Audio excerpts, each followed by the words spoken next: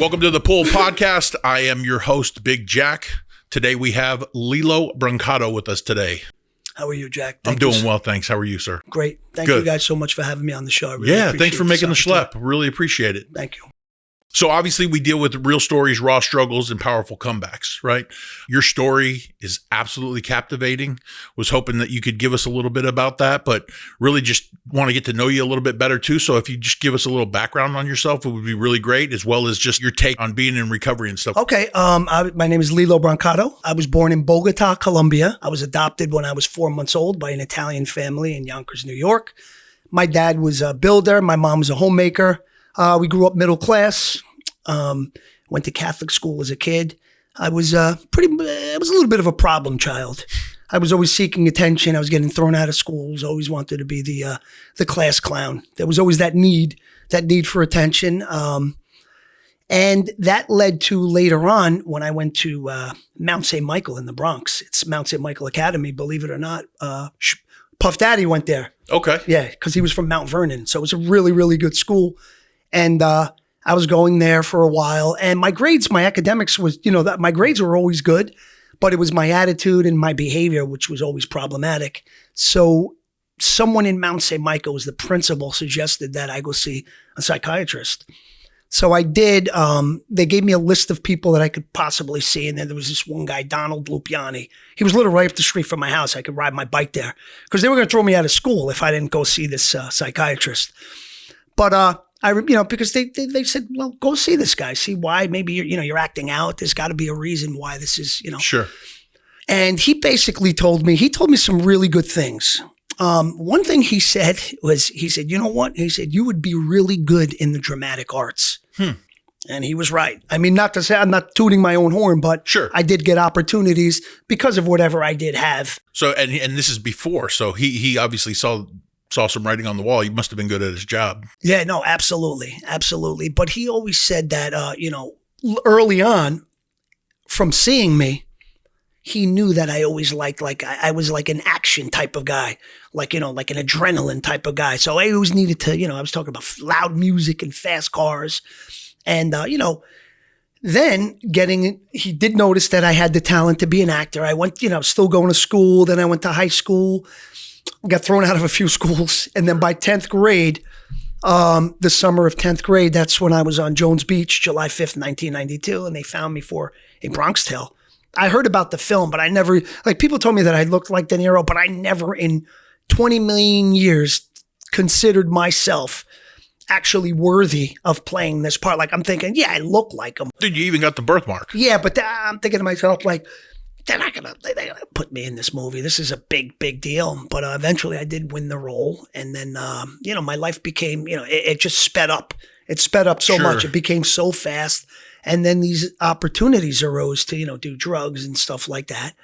Started using drugs. I started with the marijuana, then with the alcohol, and then everything started to happen. And then it got to the point where it was a little bit of an issue for me. Sure. So my mom suggested, she said, well, why don't you go see Dr. Lupiani? He knew you before, and, maybe he can provide some insight as to why you're doing this. Because, like I said, like I mentioned, I'm adopted. Sure. So my mom always attributed my drug use and whatever acting out to maybe me being adopted. Maybe there's something I'm searching for internally. Maybe, who knows? It's interesting. And I never really thought that was, maybe, our subconscious mind is very powerful. Maybe I didn't realize it, but I never thought that was the reison why, because I got great parents. My dad I was going to say, you were loved, right? Yeah. It was, great, great parents. So he said, as I mentioned before, he said that, I could see something like this happening with you. You always had that need for speed and just that, but, he did say also that, you would be good in the dramatic arts, but then I definitely listened to what he said, and then I got to know my own personality a little bit better. Okay, well, this is my personality, and then it's not that it stopped me from doing drugs, because I kept doing drugs, and then I got to a point where it was really, really bad, and then the situation happened. Yeah. I don't want to get into there just too quick, but so growing up, you had this great life, and then all of a sudden on the beach one day, you get this role. It changes everything. You were kind of forced to grow up then, right? Yeah. Yeah, I find it interesting, and I don't know if it's just one of those things where it's I don't want to say a prerequisite, but I don't know. There's just a lot of similarities in our story. I also went to private school my whole life. I also got horrible, I was not a good student necessarily. And then, definitely getting into fights, almost kicked out of multiple schools, all that stuff. So a lot of similarities in there. And I remember also going to see a psychiatrist as well. I kind of feel like, let me ask you this, actually. Do you believe that you were born an addict? No, I don't believe I was born in. Well, listen, the capacity to be one, yes, I was born with. But I like that. The capacity to be one I was born with, but I think it's more about being born with an addictive personality. There you go. Okay. I don't necessarily think that drug addiction, alcohol addiction is a disease. I think it's part of having an addictive personality because that's where it manifested at that point in time. Unbeknownst to us, we didn't know we were going to have this personality. It could have been Legos, right? Right, exactly. Or gambling or sex or shopping. It could have whatever, but we didn't know that. Because like now I'm addicted to working out. So if alcohol and drugs were, a disease and something that I would never be cured from, those two things specifically, I kind of like proved that theory wrong just with myself and how my personality has lived after my recovery from drugs and alcohol. Okay, so what happens is it manifests. I'm all or nothing type of guy. So if I'm working out and I start seeing results, I'm going to get addicted to that. And, maybe put some size on and stuff like that, right? So when you smoke crack, you could take that hit and 2 hours later, you'll be 5 pounds less. It'll literally, you didn't eat before and your heart's going like that. It's eating all that muscle. So now that I'm more addicted to working out, there's no way this addiction takes precedence over the other one or whatever. It's not an addiction anymore because it doesn't, I guess, outgrown it and I found other things to be addicted to. It's the personality. Yeah, exactly. I get that. That makes a lot of sense to me. The way you put it is excellent because you hear people talk about, I was born this way. And it's not like I was born addicted to alcohol or drugs or anything along those lines. I guess it's once I discovered them that I just really enjoyed them. And of course, like most people, it adds that ease and comfort and it's very quick. It's instantaneous. And so for me, I was a perpetual corner cutter. You told me the quickest way to get from A to B and I'm taking it. Right. This segment of the Pull Podcast is brought to you by Heartwood Home Detox. A Bronx Tale. You got any funny stories for us on Bronx Tale? Oh, I got so many funny stories. Give me a De Niro story. Just this off, this is just like when we did the scene where Sonny died. Mm-hmm. So, he didn't want to keep getting in and out of the coffin because he's a big man and it's a lot to do. You guys are holding him and pulling him out. It's a lot. So he said, you know what? I'm going to stay in here as much as I can. So he got comfortable in there, So picture De Niro. Sonny, I never hated you. It's just, I never forgave you for making him grow up so fast. And then as he's doing all that, Chaz is, and he's sleeping. He starts snoring. He literally fell asleep. But De Niro didn't yell. He didn't yell cut. He was trying to get, because he's hoping he's going to stop. But he didn't. And it was just so funny watching De Niro keep this going. Yeah. And be serious. And we all bust out laughing, but that was definitely when someone asks that question, like funny story, that one always comes Dude, first. I love Chaz too. Yeah. He's one of the best. He he's even good. You got to work with him again in Sopranos. Chaz? Was that not Sopranos? Or wait, who's the guy that plays the guy in New York? I thought was that not Chaz? No, who? Johnny Sack? Yeah. No, that's Vince Curatola. Oh. Yeah. Chaz, I don't think he was on The Sopranos.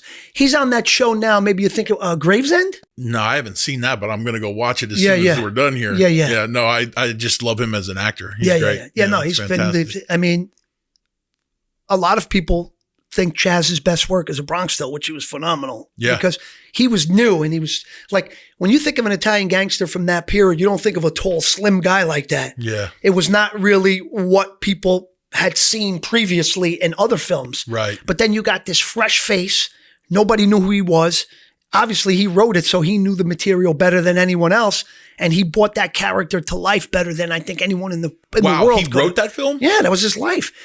Calogero is Charles, and Chaz is just a Hollywood spiced up version of Chaz.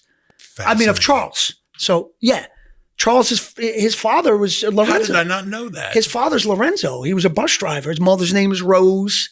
And so that's based on a true story. Fascinating. You know what I mean? Learn something new every day. Yeah. So, and he was unbelievable in that part. I'll say. But there's another film that he did, a Woody Allen film called Bullets Over Broadway. I haven't seen that one either. He's better in that, and he got nominated for an Academy Award in that. He should have. Yeah, no, not for Bronx. Bullets Over Broadway. He got nominated, so check it out. I will. He steals the show. Yeah, well, you know a thing or two about acting, so I trust your judgment. Not to get too far off topic, I obviously had to ask that question, but so now all of a sudden you got a little money in your pocket, right? Coming out of Bronx Tale, things change. Well, I don't know. You probably didn't get paid I got paid $25,000. Okay, but you know what? I'm not complaining. No, I would have. They could have said they were giving you 25 cents, and I would have been just as happy to do it. You know what I mean? It was the experience, what I learned, and just the things. It's like, I mean, how many people can say they experienced something like that?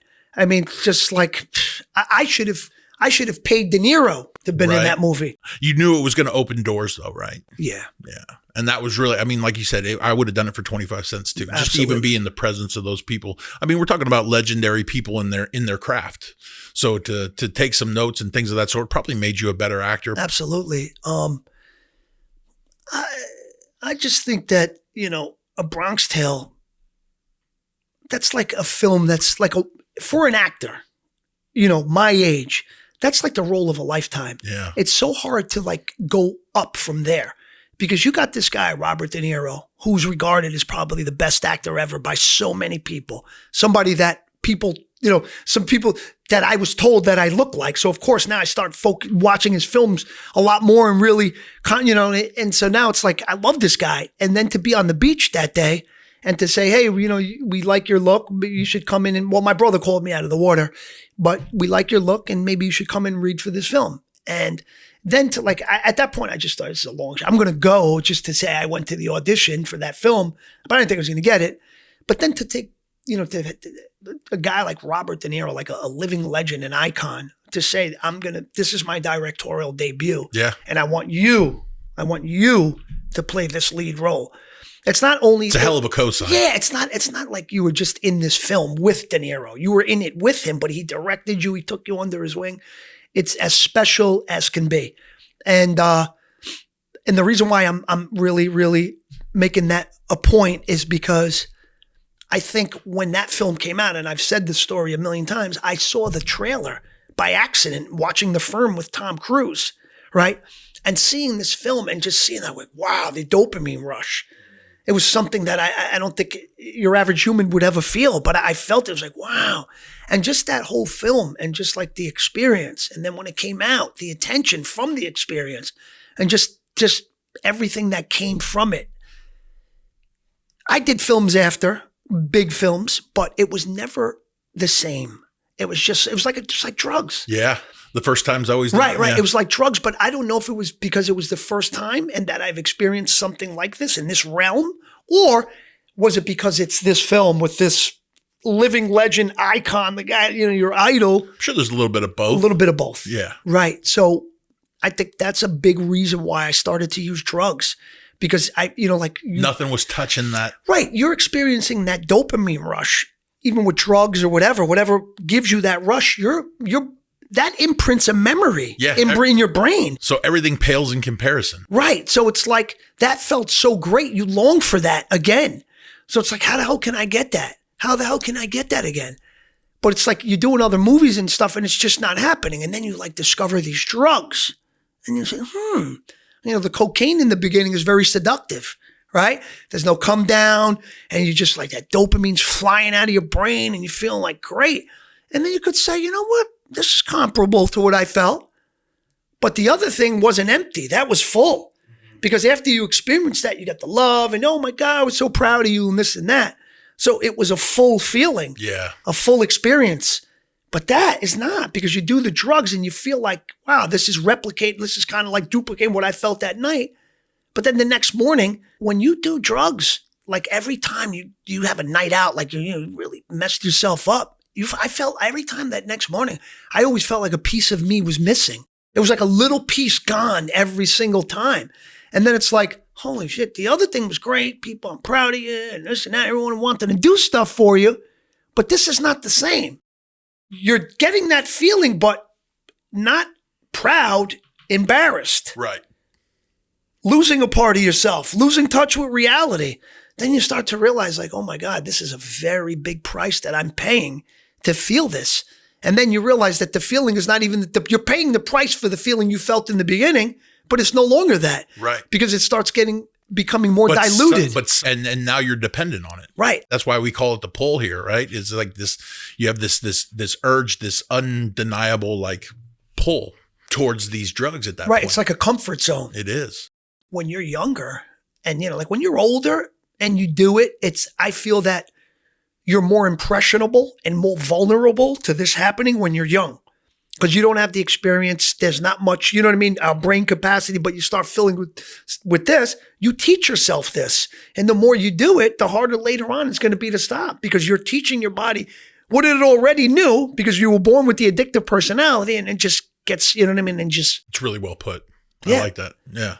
I never really thought about it that way. He kind of threw me through a loop here, right? But what I do want to get into is a little bit about like when the drug addiction started becoming either noticeable or in your career, or like when it started becoming a problem, You know, in my career, it was never said to me like, hey, you got to slow down. Well, it's very acceptable in Hollywood, no? It is, if you're not letting it affect your work and people's money. It's like, yeah, well, of course. Well, if I'm hiring you to be in this film and I believed in you and I put this, I put money, I've got you an insurance, took out an insurance policy on you and all this because we believed in you, now you're doing this, then it's a problem. Yeah. But if they know this guy shows up every day, he's great, he does his work, and then when he does on his, outside, that's his thing. But if he's doing it on my time, it's a different story. But it did start bleeding into my work. There were scenes in The Sopranos when I was high on heroin. Fascinating. Yeah, the scene with Furio. Remember when I was in my underwear? I don't know if you remember that scene. Remember when, in The Sopranos, when Furio comes, he wants the boss's money, and me and my boy are hanging out smoking weed out of the bong. Oh, up in the club. Up in the club. Yeah, remember wait, the song? Isn't that in Christopher's apartment? No, that was in our apartment. Remember Furio's banging on the door? Yeah. I'm here for the boss's money. No, I know. I love that. But I was high on dope. As soon as they yelled cut, I had a little bucket. I was throwing up in a bucket. Oh, you know who mentioned that? It was Drea. Oh, where'd she mention on a documentary? Yeah. Yeah. Oh, I love that documentary. Yeah. Yeah, well, that was something else. We did a film called RXmas, an Abel Ferrara film. He did Bad Lieutenant, Harvey Keitel. Yeah. I already knew her from The Sopranos, but she worked with me on that. And that was... She had mentioned throwing you. Yeah, I was worse on that because it had progressed. Jesus. It was, yeah, listen to this. With her, we were doing a film called RXmas. It was a Christmas movie, but it was the summer. So we were wearing jackets and sweating. We're supposed to be... So we're in this like horse and carriage ride, right? And we got the girl who plays my daughter. She's like a little kid. Yeah. Drea knows what I'm up to because I was out the night before. I did so much blow. Well, was she sober at that time? She was sober. She had issues with heroin and stuff like that. She's vocal about that. Yeah, and she's in recovery, so she knew exactly what the hell was going on with me. Yeah. It's no secret, especially to someone like, and she was cool about it. She was like, listen, man, get yourself help. You're going to die. This is going to be bad. And, but yeah, I would throw up. I was on a horse. As soon as they yelled cut, I'm literally throwing up. I just drank water. It was coming out as cold as I drank it. You know what I mean? But that's when it was, and Abel Ferrara, and he was a known addict. Yeah. And even he mentioned something. So I would say it started becoming noticeable about 99, 2000. That's when people started to realize this guy's got a problem. I worked in 2000. I did Abel's film. I did a film called In the Shadows with Cuba Gooding Jr., James Caan. I worked, but after that, I guess maybe the word was starting to get around, like this guy, because that's a big risk. Like, if I can't hire you if I don't think you're going to be here every day. Right. I don't want to put myself through this. There's so many other actors that, I can hire. Mm-hmm. And it's that simple. It's not their fault. It's mine. Did Abel really direct from the floor, like just on the ground, just like high as a kite? Yes. Just like keep going. Yeah. All right, listen. All right. Stay with the girl. All right. I want a two shot, but stay with the girl. Don't pan. Just stay with the girl. That's so bizarre.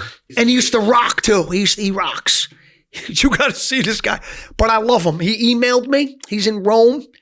He's sober. God bless him. I love Abel. Yeah. I met him in a strip club. He didn't even know I was an actor. He told the writer, Scotty Pardo, I like that kid's look. Go tell him, come over here. Tell him I want to meet him. And then he said, yo, Abel from Abel. Not too many people know Abel. No. Bad Lieutenant's my favorite movie, the one with Harvey Keitel. Yeah. I'm like, he wants to meet me? I was like, oh my God. So I go over there. And Abel's he's a cool dude, man. Yeah. But unfortunately, at that time, you had a little bit more in common than just that. Did you ever do drugs with him? Nah. Yeah, I didn't think so. As much as people might know, it's not one of those things where you get super comfortable doing with other people, right? If we weren't working on a film together, even though he's a director, I'm not, then I would have felt comfortable. But then that kind of like, I'm trying to make a good impression on this guy. Sure. Remember, I look up to this guy. I think, Bad Lieutenant, King of New York, Driller Killer. He did some good, really good, but King of New York and Bad Lieutenant were his best films. So I look up to this guy. This is a filmmaker. If you asked me put down a few names of directors that I would have liked to have worked with at that time, he would have been on there. I learned a lot about filmmaking on that film. I seen him do things that I had never seen before, because a lot of times it's like on The Sopranos, the writing is everything. You can't literally change a word. If there's, you have your script with your number on it. If that script is lost, that's on you.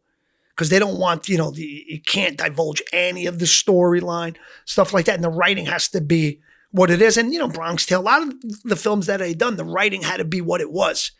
But with Abel, it was more about the story than the actual dialogue. Sure. Mention what's pertinent and what's going to keep this story going in the direction in which we want it to go.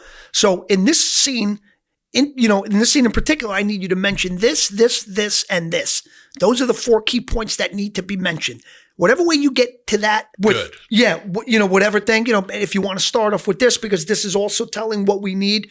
The only way you're able to do something like that is to use multiple cameras. Okay. So now you're in this kitchen. We're cutting up heroin.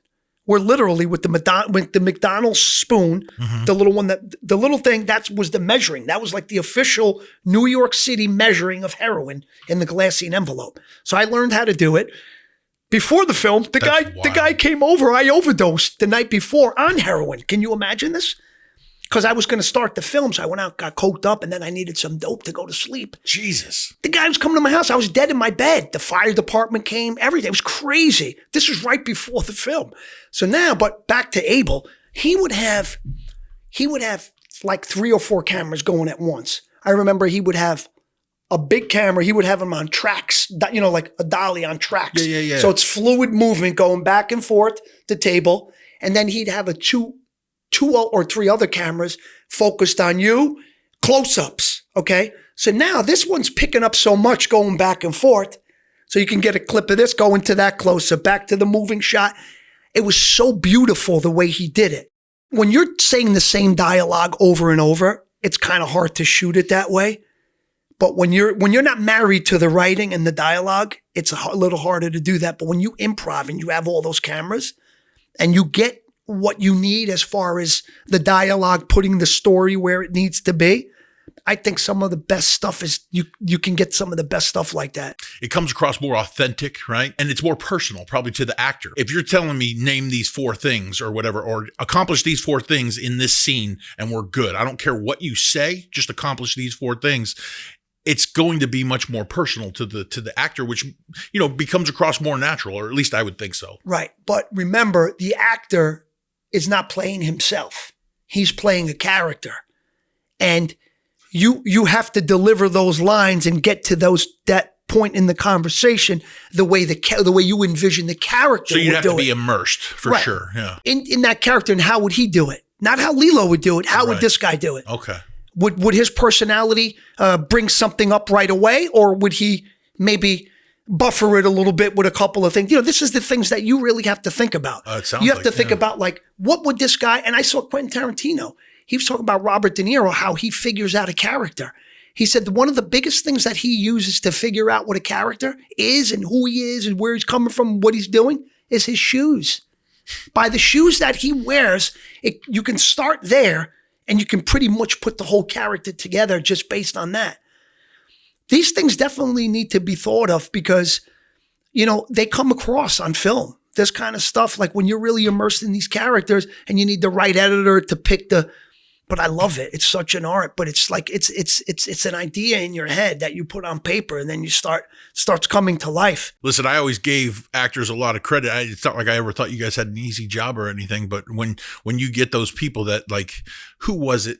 I was watching a documentary on Val Kilmer. If you haven't seen that one, it's amazing. But Val Kilmer's like gets so immersed in his role that like he would live it for like years, right? I mean, while the film's being produced, he would never go out of character on purpose. So you become this thing that you're acting for, and then that's how it, And it's easier for you. It's what it sounds like. It's easier. It takes work to get to that point, but when you are at that point, when you're actually working, it's easier. Because like the word you use, you have become immersed in this character. You have been this character. Yeah. You know what I mean? Yeah. Lived, breathe, and everything like this character. Yesterday, you're it today. Yeah. Right. Yeah. So you're properly prepared and you're going to rock. In the quiet hills of Marin County, there's a place where healing begins. A place where alcohol or drugs no longer control your life. At Live Oaks Wellness, we offer compassionate, client-centered care for those struggling with addiction. Our licensed drug and alcohol detox and residential programs are designed to help you take the first step toward recovery with a team that truly understands the journey. You don't have to walk this path alone. At Live Oaks, we're here to help you rebuild, restore, and reclaim your life. Take the first step today. Live Oaks Wellness. Healing starts here. So one of the other things that I always talk to people about in recovery is that there's this facade that we always put up that we want the world to see, or at least I did. I'll just speak for myself, but most of the time I hear very similar stories. It's just I wanted the world to see what I wanted them to see. So I built this facade up where I was trying to like have these people like me for what I envisioned what they would like, right? Do you remember back in the day, were you trying to be something that you weren't? Or I don't necessarily know, because to me at that point, everything was just like, it was all new. It was not like I was mentally prepared for this career. You were so it young. kind of just happened. Yeah. So I didn't know what to be. I didn't know how to fit in because you actually had people telling you what to do. Right. This was like a strange world to me. So as time was going on, I was just trying to see how I could fit in. And then based on that, then I'll be what I think is going to be the best course of action for me to, and for me to be in this situation. But when you were saying that before, how you wanted, like, not what you wanted people to see what you wanted them to see, not what was really inside, right? Right. What I envisioned, what they would like to see. So would you say that you started using drugs for you to become that person? To in your own mind, maybe more likable? Because that happens a lot. Drinking was part of the facade, right? I mean, it was this guy that, it was this, for me, I was on Wall Street for, 15 years, essentially. Not actual Wall Street where you live in New York, but in the stock market, in finance. And so that was, martini lunches, it was like, it was just one of the things people did. Unfortunately, alcoholism is progressive. One martini wasn't enough, and then two wasn't enough, and then three wasn't enough, and then shutting down bars wasn't enough, and then falling asleep on the BART train for 4 hours wasn't enough, and then all of a sudden hiding it at work wasn't enough, and then man, it all tumbled. But like honestly, I believe it kind of went with the whole, I got a suit, I got a, it was a facade. It was all fake. It was like what I thought you wanted to see to some degree. Yeah, I think that had something to do with it. Yeah, I did. It's sad. It's really sad to say, because I just didn't like myself, honestly. Like I figured I didn't think people would like who I was. I didn't think people would actually like who I was on the inside. So I showed them a different version. See, for me, I was confused. Everything happened so fast that I almost lost my identity. Oh, I can't even imagine. Yeah, who am I? Am I Lillo from Yonkers? Or am I this actor, Lillo? Who am I? How do I fit in now? Yeah. And sometimes maybe some of the drugs too, I think maybe when I was just like trying to figure out where I'm supposed to be, because that's stressful too. You know what I mean? It's kind of stressful because you would think like you would know where you should fit in. It's not do I fit in or not, where do I fit in? Yeah. So maybe that added to it. I just think it's funny because there's no way me or you should be addicts or alcoholics in general, because it sounds like we both had very similar families in terms of like love and opportunity and everything that you could think of, right? I mean, I had everything that most of what I wanted, everything I needed for sure, right? And then private schools, are you kidding me? Like there's no reason. Like I was raised, like, I don't know. I was a good kid, went to Catholic school, all that stuff. And, I was an altar boy for Christ's sake. Yeah, I was too. Yeah, nice. I was too. Yeah, I was an altar boy. I mean, like you would, by all accounts and purposes, you would think that wasn't going to happen to somebody like me. And then sure enough, I mean, it's just, I guess it's that addictive personality going back to that, right? Yeah, yeah. So at what point around 2000, the year 2000, right, is when people started to notice in your career? And then at what point do you start doing some illegal activities and things of that sort?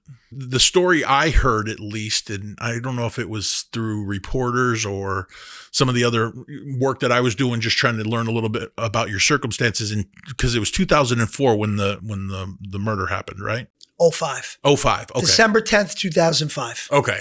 And then crack happened, what, in 2000? Well, I had been smoking crack since 93, 94 is when I first started, but it didn't grab me till June of 05.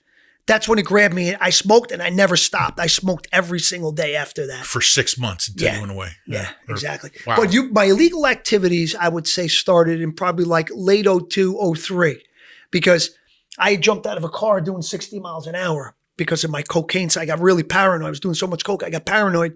Thought my friends were going to kill me. I jumped out of a car, messed my head up, my side. So I was really bad. I had like infectious disease doctors. I had staph infection. I was all messed up. And then they started giving me the pain pills. Ooh, the Dilaudid. Yeah. They started giving me the pain pills. When one didn't work, I went to 3. I didn't realize these things were that addicting. I didn't know. I don't think many people did. I mean, you hear many stories about like the housewife or, just the random person that has a surgery and then all of a sudden goes down a bad path because they or they're going through withdrawal because they just had a surgery. That's scary, right? Yeah. Like you were on them for like less than a month and all of a sudden you're having withdrawals from it. And those withdrawals are gnarly. And you got to be a strong person to take yourself away from that. Yeah. Because but then when I didn't have any more, because I was going in, I liked them and I was getting my parents, because they take 2 or 3 and leave them in the thing. And there's a whole drawer with all different pills and stuff that we didn't, maybe you need it. But now I'm looking for hydrocodones. And I took them all. I was just taking them and I loved it. So then when I had no more, whatever, I didn't really fight it. But then I remember that night trying to go to sleep. I couldn't sleep. I was tossing and turning. I was sweating. I was feeling the numbness in my hands and just like going nuts, diarrhea. Oh, everything was going. And I'm like, what the hell? I thought I had like some kind of flu or some kind of cold, but it just didn't feel that way. Right. It had some of the symptoms, but not all the way. Right. I'm like, what the hell is this? And I remember mentioning it to someone and someone says, well, yeah, you've been taking those pills, man. Maybe you're withdrawn. I'm like, oh my God, that's probably what it is. And that's the first time you actually had that thought that like, oh my God, I'm physically dependent on something? Yeah. But like you had already been, were you physically dependent on cocaine at that time too? No, cocaine's not really physically. I guess not physically. Good point. Good point. But mentally. When this December 10th of this year, it's going to be 20 years I don't have a drink. God bless you. 20 years. And November 18, 2006, I've been sober with drugs. But the reason I miss, the alcohol is because the alcohol for me, that's the catalyst. Yeah, if you don't drink, then you won't do drugs. I can resist. Yeah. I can resist I hear because that all the time. my judgment isn't impaired. Right. And I'm in my right mind to say, because even addicts, their consequential thinking may be more limited than someone who's not an addict and wired that way. Mm-hmm. But obviously, when you're already born not having or less consequential thinking than your average person, and then you go and drink, people don't think of consequences. Right. When they drink, girls are doing crazy shit, guys are doing, you don't care. You don't think of the consequences. No, that's part of the fun. Right. That's part of the fun. So now you got somebody, it's like a double whammy. You were born that way and that. So if I drink, I'm doing drugs. So I know. I just don't drink. Yeah. oh, people, you should, like, you don't miss it. No, I don't. Why would I miss that? Why Like would I you said, miss you felt the next morning, you always felt like, a part of you was missing. That's why would anybody, I mean, unless there's an addiction going on, why would anybody want to sign up for that? You know what I mean? It does, like towards the end, like if you were to look at my alcoholism, you'd be like, I don't ever want to touch that shit. A rational person at least, right. But you need to step away from it for a little. You have to be because when you're in the grips, you don't see it that way. You don't see it at all. Nah, you don't see you got to be removed from it. Yeah. That's the whole point, is like getting away. That's why I try to tell people too, man. I was like, you got to remove yourself from your environment. And I don't even care if it's just like 5 miles. Just don't be where you're at for at least a few weeks to get the recovery started. Something. But that's not the solution. That's not. Because if you don't find out and do the work on yourself and why this is happening, drugs are not the problem. Drugs are the solution to the problem, whatever it is. Normal, well-adjusted people don't just go do drugs. You know what I mean? It's just like, like where they say, hurt people. Wherever there's a give, there's a give. It's always something. You know what I mean? There's a reason why you're doing drugs. And until you do that work and find out what it is, you know what I mean? Me, I just had that need for speed after the movie and seeing that. But I thought, like, I can't live like that. I can't do drugs. Yeah, but for a lot of people, it's trauma, right? Or it could be, some other mental illness or something. Trauma's. I mean, I would say probably 80% of the cause of people's addiction. We're in agreement on that. Yeah, trauma's. I mean, listen. I mean, I've endured my share of trauma. You know what I mean? Yeah. But you gotta, you can't really. You're not going to be able to change it. Right. That you endured it and you went through it.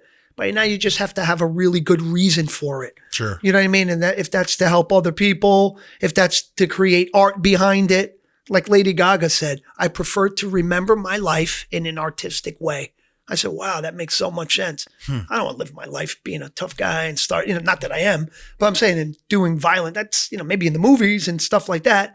Even that's not, you know what I mean? But whatever I've been through in my life makes for some great stories and some great things. I love to write. Yeah. Because I believe I have some unique stories. Unique, but not unique. Yeah. Well, I mean, it's, everybody's experience is unique in its own way. Like the way you perceive things is unique, technically. I mean, each human is unique. So. Yeah. And also your recovery. Everyone's recovery is unique, but it's the same. Yeah. Because the goal is the goal. And that's to stop doing this. You know what I mean? But the way we get to, it's like a mountain, getting to the other side of a mountain. You go from the top, you go around that way. But it doesn't matter. Just get to the other side. Yeah. But, you know what I mean? So, yeah, wax on, wax off. But you may wax, the opposite direction. As long as you get there. You sober? Cool. Right. Exactly. Who cares? Exactly. Crime started happening in 2002? 2002. And is that because the money dried up and then you were just, or is it just the lifestyle? I had money, but I just didn't want to keep going into my savings it was such a guilt. I felt so guilty. And I saw back then that, there was a lot of people started using these pills and there was a demand for them. So I started supplying them.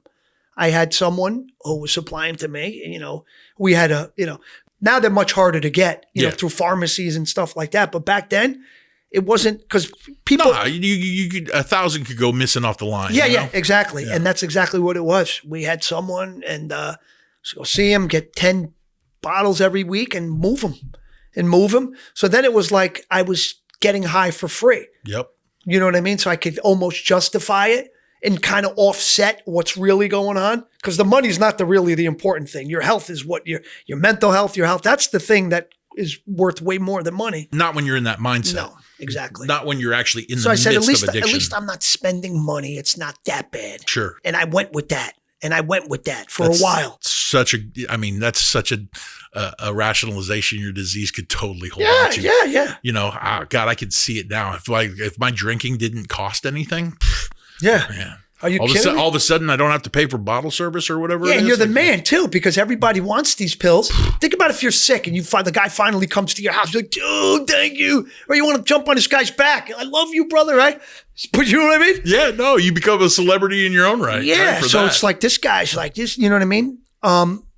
So it was good for a few reasons. Yeah. The lifestyle, I was able to put more money in my pocket. Not that I had money, like I said, I lived at home too. So I didn't really have many expenses. I had my car, I had my phone, you know, but that really, really took it to another level. The day of, right? The day of the big moment that altered your life. So you and your buddy were headed over to your drug dealer's house? Is that? Okay, so the guy wasn't really my buddy. His name was Stephen Armento. He passed away. He died in prison of throat cancer beginning of 2024. But his daughter was my girlfriend, Stephanie Armento. I met her. She worked at the gym that I was going to. She started her summer job. And she was a little younger. She was like 18, 19, and I was like 25. But the girl I had before was older. All she wanted to do was get married. So I was looking for someone that didn't want to get married, just wanted to enjoy myself. So I meet this girl. She lives right in Yonkers. I'm hanging out with her, and she becomes my girlfriend. And, you know, we had a great relationship, but my drug addiction spiraled out of control. She was going to school. She was going to school to take her MCATs, her medical college acceptance test. So she had very big ambitions. Sure. She had she's very ambitious and she had high aspirations. And it got to the point where she couldn't really have me in her life anymore. It was too much of a distraction. So she broke up with me. And that's when I was heartbroken. And then I'd still go by her house and try to talk to her, but she would call the cops. Her sister would call the cops. So then one day I said to myself, you know what? I need to find a loophole here. I can't have this happen, but I can't stop coming by here. This is my girl. I let her slip away. I could have stopped doing drugs, but I couldn't. Mm-hmm. So now I want both things, and that's not the way it works. That's not the way it works. You got to give up this or this. It's one or the other. So I tried to fight it for as long as I could, and then it just wasn't working. So then I became friends with her dad. I knew him because I lived with them upstairs and I'd be there all the time. Sure. So I'd see him and she'd always say, like, he's a bad guy. She would tell me, he's a bad guy. Stay away from my dad. He's a bad guy. He's a bad guy. He's a bad guy. Wow. Yeah, she would say that. So I started becoming friends with him, and then times I would go by, oh, no, I'm here to see your dad, and she would leave me alone. So then we started hanging out. We went to this guy's house that night because we couldn't find anything anywhere else.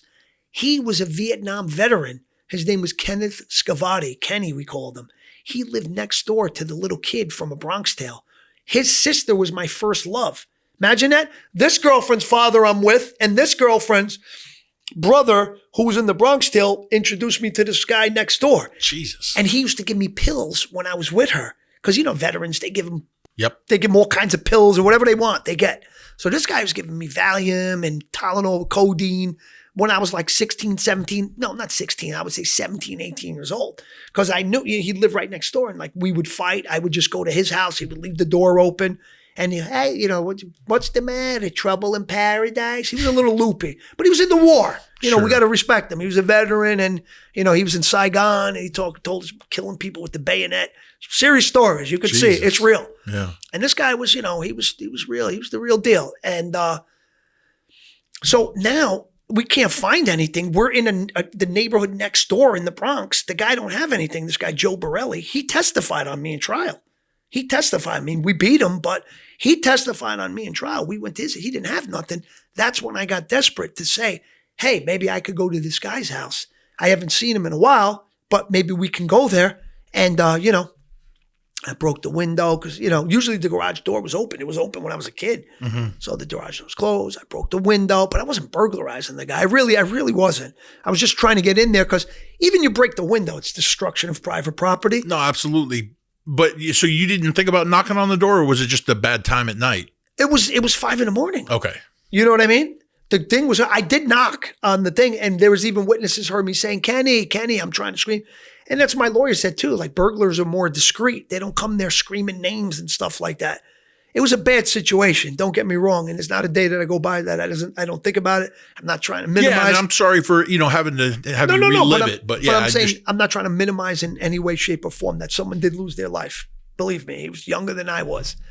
But drugs put us in that particular place at that particular time. Mm. And because my sick mind, I break the window, I scream his name, he's going to come to the door. I don't have to go in. I mean, could I have done it in a different way? Probably. But I'm definitely going to get his attention by breaking a window. Eventually, I would have paid for the window. I'm thinking, I will pay for the window. Don't worry about it. I got some piece of glass. I'll pay for it. But you got any Tylenol, codeine? Yeah. Please, bro. Yeah. Please. I'm about to go through withdrawals. Yeah. So he's giving me like 5. I don't need to get high right now. I just don't want to feel like this. And then I live to fight another day. And then tomorrow, somebody's going to have something. You know what I mean? I'll definitely find something. It was a Saturday. I'll definitely find something. And that's what I was just trying to get to, you know, to. And the guy you were with was also in the same boat, or as far as what? Drug addiction? Was he starting to go through withdrawal too? Were you we using both together? Yeah, we were both. Yeah. He was 48 at the time and I was 29.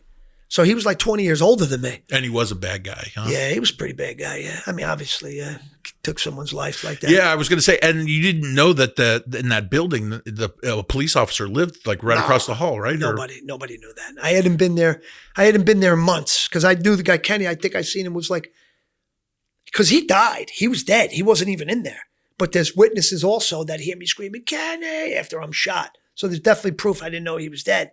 But I'd seen him like a year or something before he had died. That was December of 2005. He died in July. You know what he died from? HIV. Fascinating. Yeah. I don't know if I think he was a heroin, a needle user. Okay. Because in Vietnam, a lot of guys got hooked. Sure. A lot of guys got hooked on heroin. And I think that's what happened with him. But I didn't know. He never told me he was sick or anything like that. And, he did look a little skinny and stuff like that, but I'm just thinking maybe because he's so mentally fucked up from this war, excuse my language, that maybe that's what's causing his physical appearance to be that way. Yeah. So. I mean, people get old and they just, kind of shrivel up. Yeah. That's crazy though. So this cop comes and you guys have like, did he start firing right away? Like, did he tell you did he identify himself as a cop? Well, he didn't say, he said, don't move when I was already walking away. Okay. Because by this point, Kenny wasn't coming to the window. No one was coming. So I'm saying, all right, let's go. The guy I was with was using the bathroom against the wall. You know what I mean? I'm walking back to the car.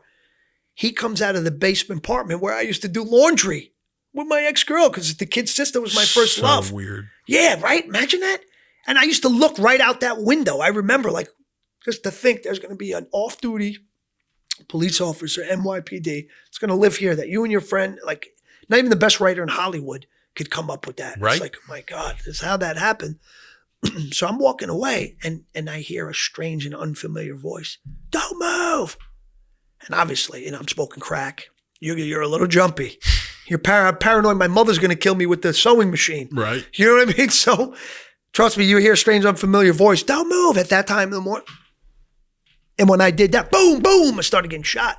Because listen, I'm not saying it was his fault, but at the end of the day, I got broken glass. There's noise going on. I don't know who this is. I'm off duty, even though I shouldn't do this. I'm going to do this because my neighbors may be in danger. And even though I'm off duty, I'm still a cop. Yeah, and it may be a little civic duty, whatever you want to call it. I'm still a cop. At the end of the day, I'm still a cop. So he came out to see what was going on. And like I said, by that point, I had abandoned the plan. I was walking back. But that's when he said, don't move. And boom, boom, boom. So then he shot me. And I couldn't believe it. Like, I didn't know he was a cop. That's on my father passed away on my father's grave. I did not know he was a cop. Neither did Steven. Yeah. Later on, it came out. But once that happened, I didn't have a gun. I didn't know what to do. I can't believe, like, who the hell is this guy that just shot me? And to be honest with you, it didn't hurt at first. Where'd you get hit? I got hit 1, 2, and I got grazed. See the scar here? Yeah, Jesus. So I guess my adrenaline, my fight or flight kicked in. Yeah. And it worked, man, because I didn't feel anything. That's crazy, right? No pain. Shock is amazing. Yeah, no pain whatsoever, but losing a lot of blood. I remember blood was squirting out of I'm like holding myself. So it's like, I'm like putting a cork. Yeah, I mean, in my abdomen. I'm corking my abdomen. So it's like, I don't bleed out. And I was trying to go get the card and he was getting shot too. When he shot the police officer, I wasn't there. I was already on the sidewalk going to get the car. I heard boom. I didn't know he had a gun. The ground underneath me shook. Okay. What, he had a hand cannon? Yeah, he had a 357. Jesus. Yeah. So literally I felt the ground shake. I could feel the vibration in the ground on the sidewalk.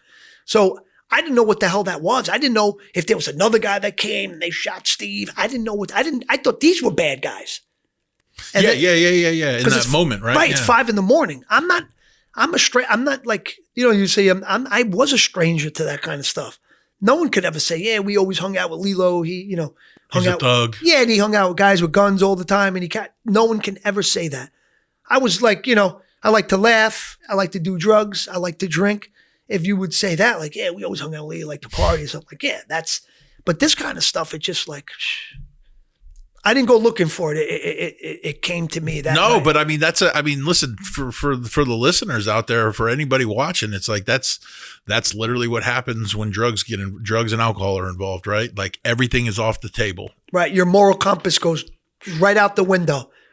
You're doing things that you never in 10 million years You're thought in you'd situations you would never be in. Yeah. You're taking risks you would never take. be. And I'm not playing the victim by saying what I'm saying. It didn't come across that way. I take full responsibility for everything I did. I'm not saying it was the drugs. I chose to use the drugs. Therefore, I'm responsible for what happens after I use the drugs. So I'm not victim. I'm not a victim. You know what I mean? I'm just someone who. Yeah, but you paid your dues, right? I mean, how long did you sit for? I did 8 years. I got sentenced to 10. And they do 80%. Well, 85. Okay. So what happened was I got a degree. I got a college degree that I paid for out of my own pocket. I enrolled in a school. It was an actual degree program. It was a recognized degree. A school in Norcross, Georgia, Ashworth College. And I majored in business. I earned an associate's degree. I learned so much. I think like sometimes like jail wasn't so bad for me. I accomplished such great things. Got an education.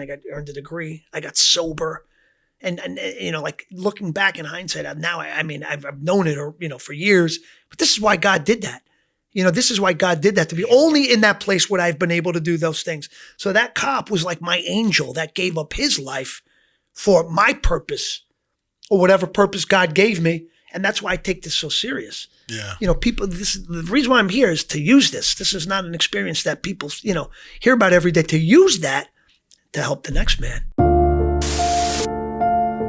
We are in the midst of the worst drug crisis in U.S. history. The CDC has named fentanyl deadliest drug in the United States. The drug is fentanyl. My name is Jeremy, and I'm a recovering fentanyl addict. I've overdosed more times than I can count. I believe I was revived so I could carry the message to the addict that still suffers. Silence makes you complicit. You either recover loudly or you die quietly. I'm not here to scare you. I'm here to help you save your own life. Learn more at recoverordie.org. Now, are you still acting? You still act today, right? Yeah. But it's not necessarily your quote unquote, or I guess it's still your passion, but you also feel like you have another purpose too, which is kind of talking about what you're doing here, right? Which is to use the situation that you had gone through to hopefully teach somebody a lesson so they don't have to live it as well, right? Right, but they're both things, the acting and this, they work hand in hand. Because think about this. I'm intrigued. The further I can go with my acting and become very successful once again, that just speaks volumes of how powerful recovery is. Because people, they may not aspire to be an actor, but they may aspire to be whatever. But they can see that this guy is once again doing what he loves to do and is successful at it. And that's because of his recovery. Wow. That's because of him not using drugs and not using alcohol. And he realized that.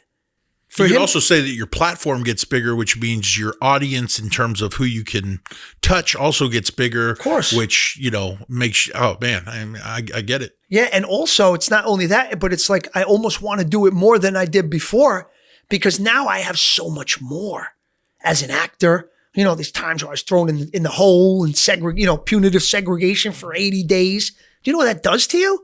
Do you know what that does to your brain? I have a buddy or two. Yeah, it's scary. Like in the beginning, it's very, very scary.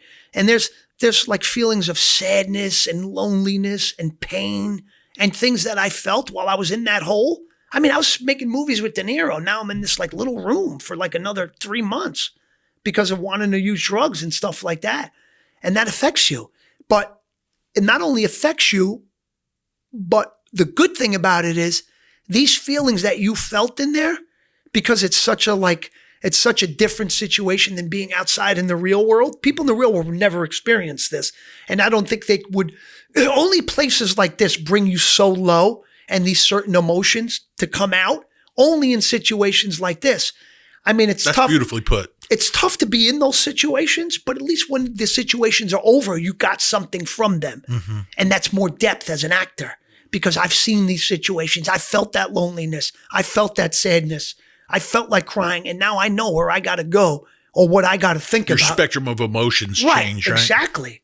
Now it's like I have the whole gamut, things that I've never, the whole range, more, I'm not Gary Oldman or Robert De Niro, but I'm just saying, I just feel like I can do and show more and be more because of my experiences. But not only that, also writing too. Have you ever seen that YouTube where like there's an ant on a piece of paper and somebody draws a circle around it with a pen?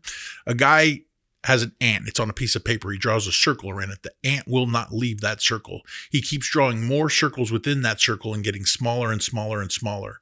Till one point, he draws the line so close that the ant, that it's actually already stepped over it. And then the ant realizes it and then is able to step over all the other ones. And then no longer is, you try to draw a circle around it again and it's just mulling it over. Like it just doesn't care. Like now all of a sudden, and it's these limitations, right? And it's these like limitations that are within our brain sometimes that stop us from doing things or thinking that we're capable of doing things.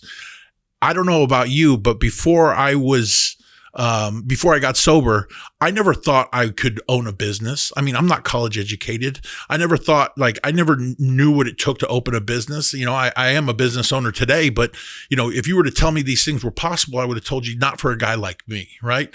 And like the way you just articulated the fact that you're able to reach higher highs as a result of your recovery. I feel the same way in the sense that, especially anybody listening, if you're on the other side of recovery, I want to see what my true potential is. I want to know how fucking high I can get in terms of like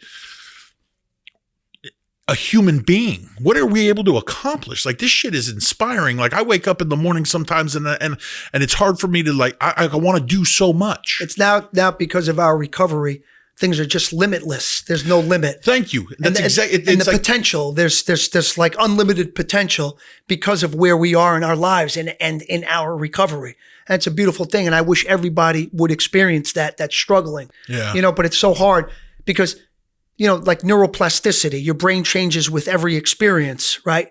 But the more you do the same thing, I'm going to use the word again, unbeknownst to us, we were born with an addictive personality. So then we discover drugs. Mm-hmm. So we don't know that this is just adding to our addictive personality, the nature of it. And we keep teaching ourselves something that our brain already knew, therefore making it a million times harder later on. Yep. Because you just keep rewiring, you just keep wiring your brain that way. So, but that's what I always say. It's the beginning to get out of that. Because your brain is, wired one way.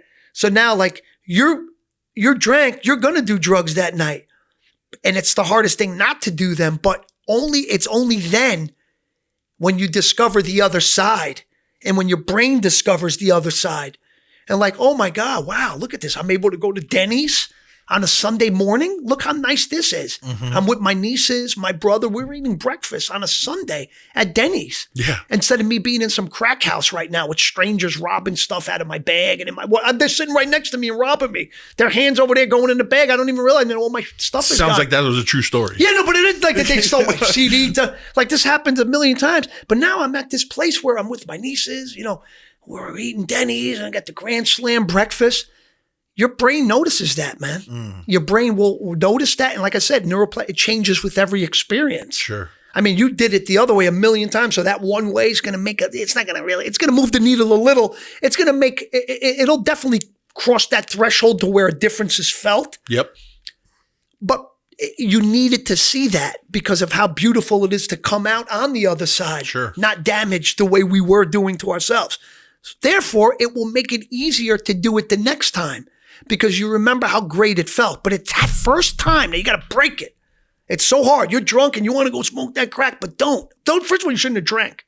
Just get through the Saturday night without doing it. Get to Sunday morning, go to Denny's. That was always my goal after that. My goal on Sunday mornings to go to Denny's. If I went to Denny's, I was successful. Because then I didn't get high. Because I'm not going to Denny's with a crack pipe. No. I just didn't, but... And then I started saying, wow, like this is cool. And then it's more, you're more encouraged to do it again I always kind of pray for a slow recovery for some people. Like, yes, I want you to have it all like back right now and not having to suffer. But I also don't, you need to be able to appreciate it too, right? And so like if something comes easy, you're never going to be able to appreciate it. That's what I found, at least a guy like me. I can't appreciate anything that comes easy. It has to be hard, right? Well, you know what they say, things that bring us or give us instant gratification seldom lead to long-term happiness. That's just the way it is. You got to work for the stuff that's going to make you happy forever. Fascinating. And that's that instant gratification is the reason why we do drugs. No, absolutely. Something we need to fix, and we fix it with the mind-altering boom with the drugs, and it's done. And it's done. Yeah, exactly. Yeah. And then we become used to that, and everything has to be right away. But then you realize as you get older, those things don't change your life and make them better. It's the stuff that, takes time, the stuff that you work for. That's the stuff that really changes us as humans. Yeah. You know what I mean? And it just makes you a better person for it. And just you appreciate so much more when it takes time to get to where you want to be. Yeah. When it happens easy, you don't appreciate it, you squander it. Easy come, easy go, yeah, right? Exactly. It's like the guy who wins the lottery. You spend it, right? What do? You spend it because you have no concept of like how hard work to earn that money, right? Exactly. You don't know that concept. That's very important. Yeah, this is so good, man. I really appreciate it. I think I needed this today. I love interacting with other addicts and alcoholics. So real quick, were you at Rikers? Where were you? Where did you do Fed time? Well, I did state time. Oh, wow. Yeah. That's like 23 and 1, no? No. I was actually talking to somebody today because MDC is like a federal lockup. It's like the federal version of Rikers Island. Rikers Island is city jail. It's not prison. Oh. So you go to jail and you're awaiting trial. Although there are some inmates there that are state property, because what happens is if you get sentenced to a year, you stay in Rikers. You can do your state bid in city jail. But sometimes they want to spite you, and you know what they'll sentence you to? A year and a day. For that one day, you got to go upstate. Because a lot of guys like to stay in Rikers. They're from Queens. They're from Brooklyn. Yep. They get visits 3 times a week. Their mom's literally across the river, right down the street. Sure. But then when you're like 5 hours away, it's a little harder to see people. But it primarily functions as a jail. But I was talking to someone, he was saying MDC is a prison. I was like, no, it primarily functions as it's a jail. It's a federal jail. There may be some prisoners there that are, federal property that are convicted and doing the time, but it's a jail. So then we had trial. I was there for 3 years because I had the co-defendant, and we got a case severance. So it took longer for that reason because he had to go try. Scary as fuck. Yeah, it was 3 years. 3 years. The wheels of justice turn very slow. That's just sad. I mean, for anybody to go through that. That's when you lost your hair, probably, huh? Yeah. I started around that time. I mean, I think we're going to lose it. We're going to lose it. No, it was a joke. I know that being a bald person. No, but I'm saying we're going to lose it. We're going to lose it. But I'm saying I think things like that could definitely speed it up. Stress definitely is a killer, expedite the situation. Stress is the worst, man. More hair on your pillow. That's it. But you look good. You look good like that. Thank you, bro. Yeah, I appreciate it. Yeah, I was going to comment. I really like your haircut. Yeah, thank you. It's good. Thank you. It's a good look. This segment of the Pulled Podcast is brought to you by Creekside Recovery. So when you get out, I did see you had cameras welcoming you home, basically, right? I mean, so that was a pretty televised thing. I guess the fact that it was, and the guy ended up being a cop, had a lot of people watching. It was like the perfect storm. Yeah. You know what I mean? You were front page everywhere. When a New York City cop or any cop gets killed, it's big news. It's a big deal. These guys dedicated their lives to fighting crime, and they got killed. So, the way they look at it, one of the good guys was killed.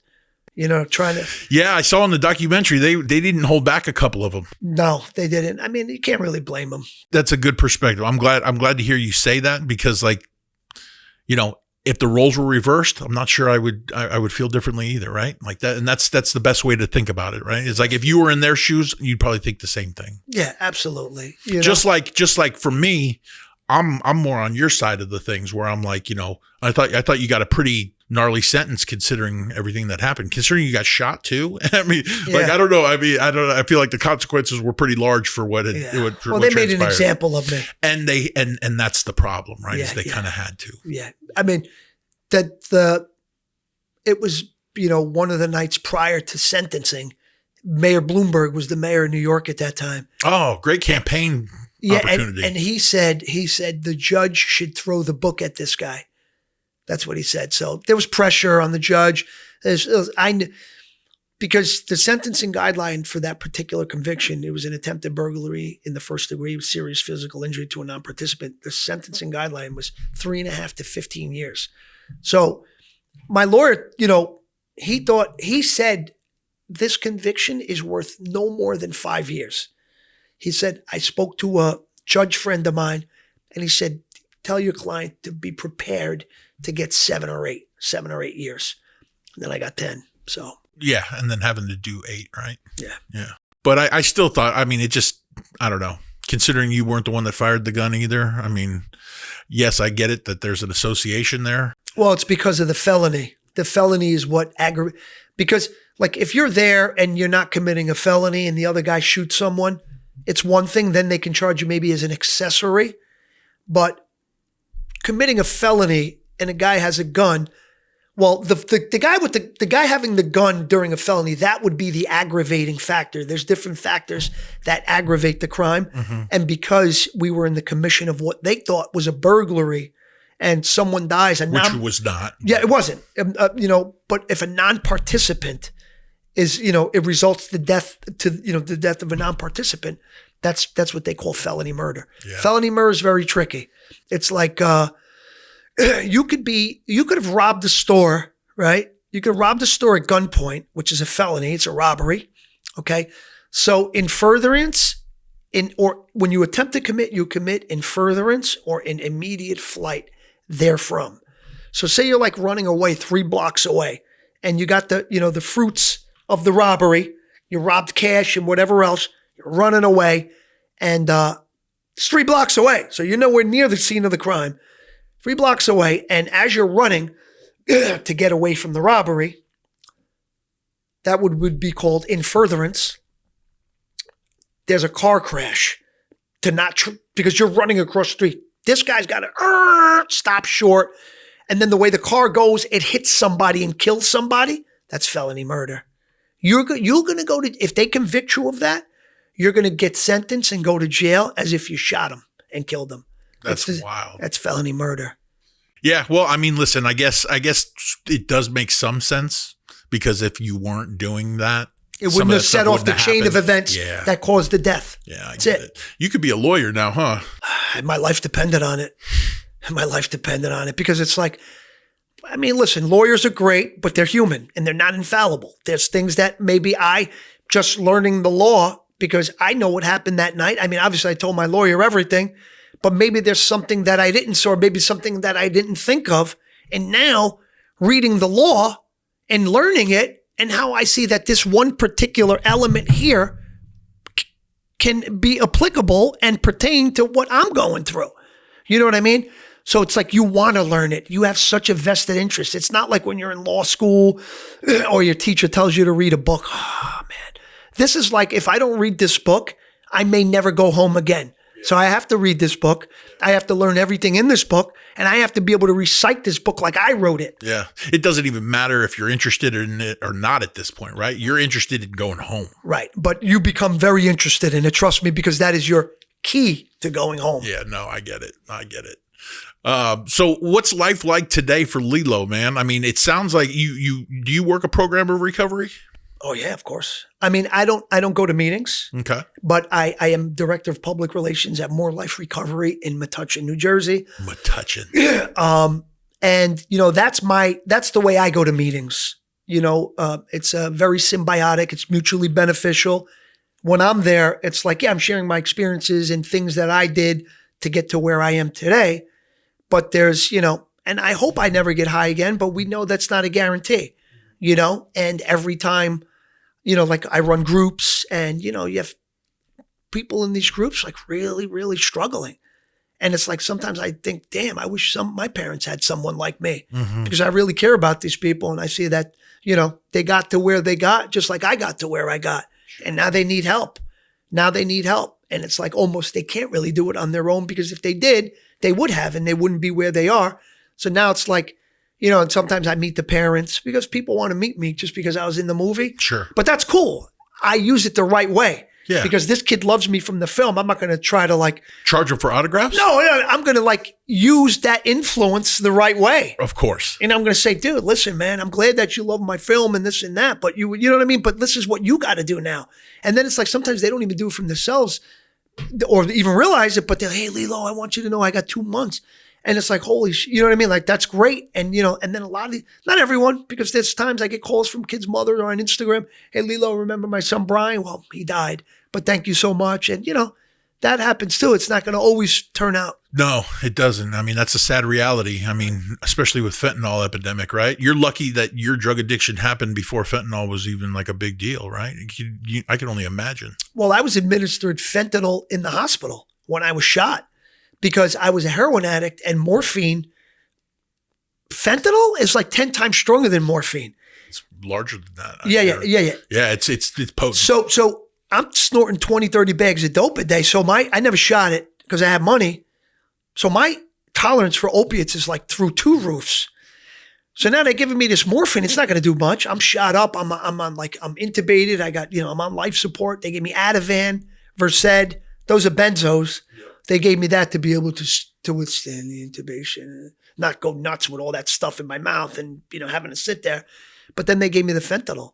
But I was saying before, like, I think twice now about getting high because I run these groups and I like some of these people. I love these people. Like, really, you know what I mean? I don't think like I was there, so I know I could be there again. So I don't look down on you. You know what I mean?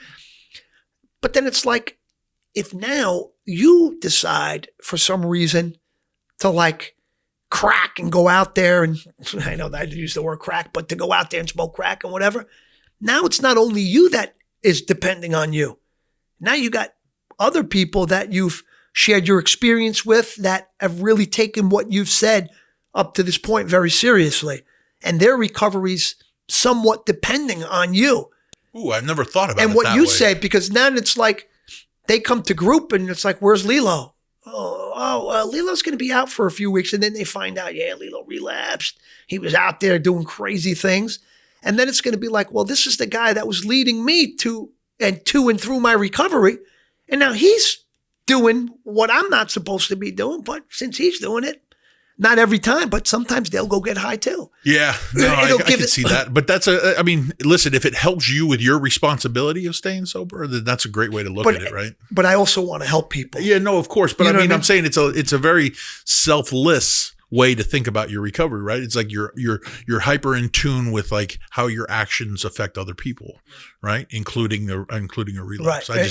That's a great perspective. Dire consequences, because if you go out there and someone thinks it's okay for them to go out there since you went out there and now you make it, but that person doesn't, right? Even though you're not directly responsible. But that blood is on your hands, man. You this is someone's child. You needed to take that a little more serious, especially since this kid or these other kids and these people were looking up to you. They're calling you on their, when they're not in group, they're calling you on their, days when you're not there. Because they're dependent on you and like, hey, Lillo, I did this today. I just thought I'd let you know. Oh, awesome. You give them some positive reinforcement. But how can you positively reinforce anything when you're out there doing what you're telling them not to do? It just, everything, it breaks the whole thing. Yeah. It can affect somebody. Yeah, no, everything has a ripple effect, right? Not always, but I try to keep that in my mind. Like, dude, you're responsible for others right now. And people look up to you and you got to use your influence the right way. It's your obligation to the world, to God. Someone lost their life because of your addiction. So now you got to take this serious. And you can't do this anymore because that life was lost. But now we don't want any other ones to be lost. And you have that influence and whatever experience that you have you can share that can benefit. Right. Yeah. So it's got to be taken very serious. No, I'm with you on it. I agree. And completely. it'll be forever. It's not like it got me to this point. Everything's good again. Now screw everyone. No, I'm not like that. Because now I feel that because I feel good and I'm in a good place right now, that it reinforces me wanting to help them because I know I can try to get them there because it's possible because I've seen it with myself. Because, Sure. When you're in the grips, you think you're never going to get your life back. You thought, I thought I messed this up so bad that I'll never be what I was again. And I think the addiction and the drugs want you to think that way. Yeah. But then you realize it's not like that. Once you see that clarity and experience that clarity again, But, you know. You've turned to faith too, right? Yeah. And, I believe in a higher power, Right. and God is absolutely big in my life. Having that faith, that blind faith initially when you're getting sober, that everything's going to work out. And then I guess being proven correct that it was a worthy cause to put your faith in something like that, only makes my faith stronger, I think, really, at the end of the day, because, I couldn't draw up my life this good if I wanted to, but something did, Yeah, well, I said in the documentary, when things happened in my life, a lot of people left my side. A lot of people didn't want to be associated with me because of what had happened. Yeah. And, not everyone. Some people, because they know me. They know me and they knew I would never be capable of doing something like that. So they're like, hey, listen, the drugs put you there. You made a bad mistake, but let's get you better now. But one thing and one person that never left is God. And I knew that was real because I never really prayed until I had to, until I had nothing else, right? I'm in Rikers. I'm thinking I'm coming off, someone lost their life, 28-year-old kid who had a mother and father and a sister. He lost his life. I'm coming off 30 bags of heroin a day. I'm all shot up and I got nothing. I'm at my lowest point. I'm broken. I'm 130 pounds. I'm 170 now. So I was 40 pounds less than this. I was smoked myself to a skeleton, basically smoked myself to a skeleton. So now I'm in this place and it's I don't know what happened to me. Who is this? But then I was so sad and broken. And then that's when I started praying at night just to force God. I would literally pray crying. God, please, how did, I used to say, how did I let myself get to this? I never said, how did you let me get to this? I let myself get there. Sure. But it just felt that when I cried and I prayed, it felt like every time I did that, it felt like some of that pain and that suffering was lifted. Praying just made me feel better, which was evidence of that there is a God and that there is a higher power. And that's the foundation of recovery. Sure. You know what I mean? It doesn't specify what higher power, Jesus, God, whatever it is. It could be that. Whatever it is, your higher power, whatever gets you to that place. But to me, it was God. And when I was praying to God and I saw that even though the situation was the same, I just was able to deal with it a little bit better. And that was through prayer. I just felt bad. I don't know if whatever the prayer caused my brain to release certain neurotransmitters, which made me feel better. But whatever it is, I attributed it to God.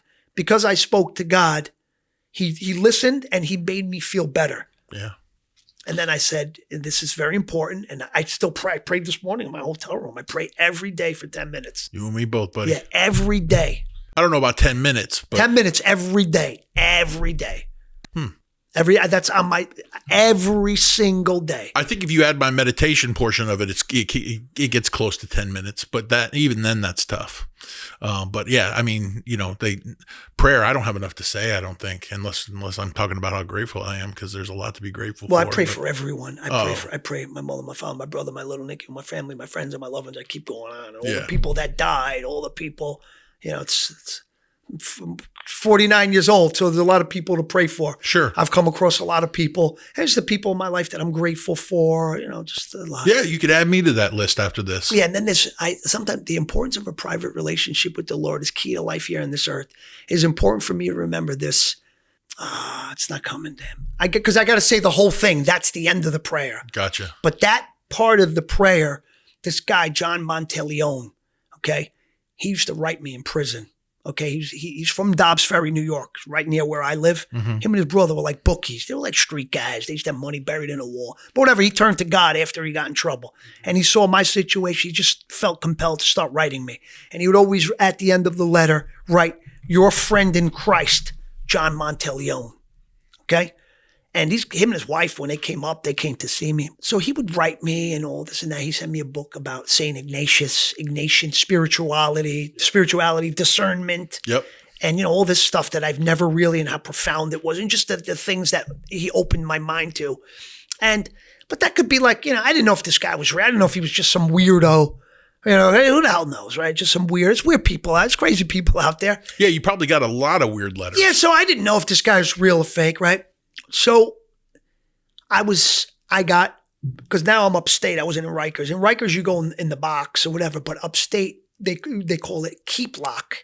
You get keep locked. So they keep the door locked. They take all your property. You get your mail, but you only got like 2 books and everything.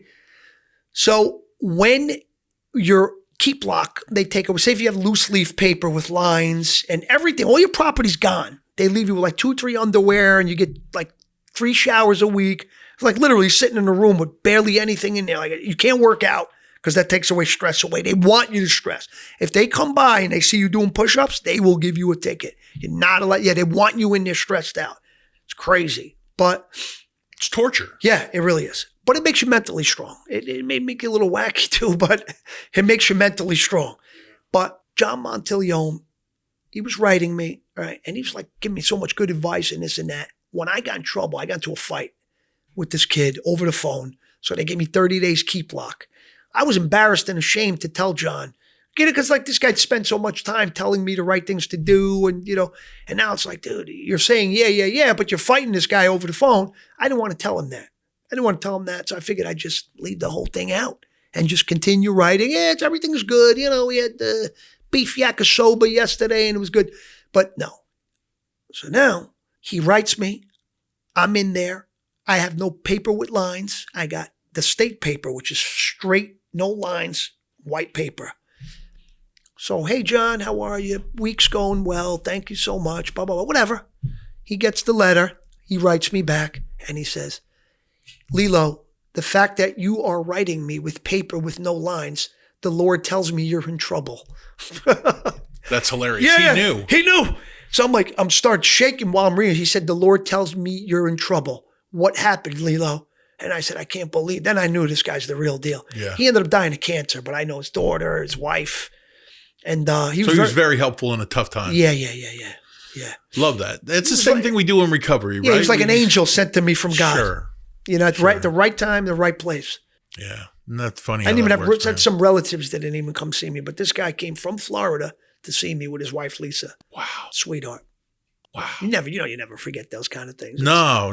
And never expected anything in return either, right? Never. He never. But what you did get from that, not only that, but the feeling that you get when the stranger that had, took his own money and time out of his, his day and whatever to come see you all, like 5 states away or whatever it is, that touches you and that makes you feel good because it's like, wow, there are some good people. And you realize how important him doing that for you in this particular time, how important it is and how much it's taken you away from your present and current situation. It makes you want to be like that for other people because you remember and that empathy, you know what I mean? No, absolutely. So it's like a beautiful thing. It is. It's like, paying it forward, but like it inspires you to want to pay it forward, right? Absolutely. Brother. I mean, I don't know about you, but one of the things that I struggled with for the longest time was being just young and naive. I was like, 18, 19, and I had, got an internship at this financial institution and I was trying to climb the corporate ladder or whatever. Money was my only objective. Didn't give a fuck who I stepped on to get there. I figured, money equaled happiness. And for a long time it did. It buys you things, it's temporary, whatever. Being in recovery today, I was never happier than when I was in sober living and didn't have $1 to my name, right? I think I was $60,000 in debt to my parents for the treatment that I had to go through in sober living, but was so happy. And that's when I realized that money doesn't do anything for you. And then through that whole process and this whole recovery journey that I've been on, I realized that I only care about how many people are going to be at my funeral and what kind of impact that I actually have on other people is the only thing that actually matters in life. That is the whole reason why we're here, I believe. And that is to be of usefulness to somebody, right? Right. That's a very good way to put it. See how many people, because obviously the more people come, the better the human you were when you were here. That's how I see it. And the more people you touched. I don't love going to funerals, but there are some that I feel obligated to go to, right.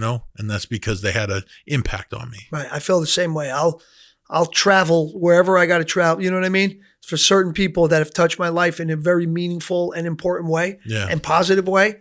And just, there's no price you can put on that. No. And it's not every day you come across people like that. No, but I love hearing stories like that. I'm glad you've had some in your life. I imagine you would. Anybody that's been, into the bottoms usually finds a few of them. Yeah. If you're lucky, you get one. If you're really lucky, you get a couple. Yeah. But I've had a few in my life. That being said, though, any movies on the horizon? I have we're in court right now for this film Sleepyhead that I've been talking about for like freaking 4 years, but it looks like it may come out in October. Okay. Yeah, it's a psychological thriller. It's called Sleepyhead for two reasons. It's a cool little indie flick that my friends and I made. The guy I played soccer with, my friend Ricky, came up with a team of investors, and it's not an astronomical amount of money, but we made a pretty cool little film. And I wrote something called Never Meet Your Heroes. I'm actually currently trying to put it together right now. Mm-hmm. I don't want to say too much about it, but it's with the girl from A Bronx Tale. It's about addiction. Wait, the black girl? Yeah. Okay, nice. Yeah. I was going to say, I saw some older pictures of you with her, so I figured either you guys just stayed in touch or... Oh, yeah, we're very good friends. She's my current... Yeah, she's like, we've been friends since we were kids. We've done 1 million meet and greets and autograph signs. You can't help but get close. Yeah, no, she's cool. I know her husband, you know what I mean? Or Lauren, he's a good guy. I know he just said tore his Achilles. I spoke to them last week. I hope you're doing good, buddy. Hope you're feeling better. So, so that's what I got, going on. I never necessarily, like, I get offered, roles to play Italians and tough guys and stuff like that. And it's almost like, I think playing those roles at this point, it just hurts you. Because I think me being in roles where I'm like violent and stuff kind of does me a disservice. I know there are characters and stuff like that, but I just don't want to keep, you remember how we talked about before with the addiction, the more you keep doing it, you keep teaching yourself what your brain already knows. Yeah. I just don't want to keep teaching people what they already know about me as an actor. I want to show you different things. Yeah. I want to show you how funny I can be, how, this, that. I want to, I'm not that, you know what I mean? Yeah. Like Robert De Niro, he plays tough guys so well. He's such a gentle, nice guy. When you meet him, you'll realize what a good actor he is. Because say just a character in Goodfellas, Jimmy Burke. In the movie it was Jimmy Conway, but in real life, Jimmy Burke was the guy. And De Niro played him great. But that, from seeing De Niro in his roles, since the beginning of time, a lot of these roles, he plays tough guys and stuff like that. So you think that's the way he is. And then you see this role in Goodfellas, he probably played that easily. Not easy at all. Meet him in person, then you'll see what he had to put on to be that. You respect his ability so much more. Yeah, well, he went from Raging Bull to that to, I guess as he's getting older, he's doing Beat the Fuckers and but that's good though. Yeah, no, it is. It's great. It's showing range. Yeah. Shows range. Yeah. I don't think anybody's ever questioned his talent in general as an actor, but I get what you're saying though. You want to show that you got a little bit more than just you want to be in the conversation for other roles if they ever present themselves. Yeah, right? You're not trying to get boxed in. No, Renaissance Man, I did some Shakespeare in that. Nice. That's kind of that kind of stuff is, stuff that I'd like to revisit as an actor. Sure. It just broadens you. It just makes you better. Yeah. Makes you better. And you got to be uncomfortable. I think these roles that make you feel uncomfortable playing are ones that are difficult. Those are the ones that take you to the next level. 100%. If you're in your comfort zone and you're playing it, you're like, it's like you may make a few dollars, but it doesn't move the needle. And I think it hurts you more than anything. So I unless it's, of course. It does. It's like staying complacent. Right. If Scorsese called me and said, I want you to play a gangster, of course. Yeah, when and where. Yeah, exactly. That's a different story. But sure. I'm just saying a lot. So. Yeah, no, that's great. That's amazing. Well, listen, man, I don't want to take up any more of your time. Well, I do, but I won't take up any more of your time. Really appreciate you being on the show. It's been a blast getting to know you, and thanks for coming to Sausalito, brother. Likewise. Thank you, brother. Thank you guys for having me. I really appreciate this. Thank you.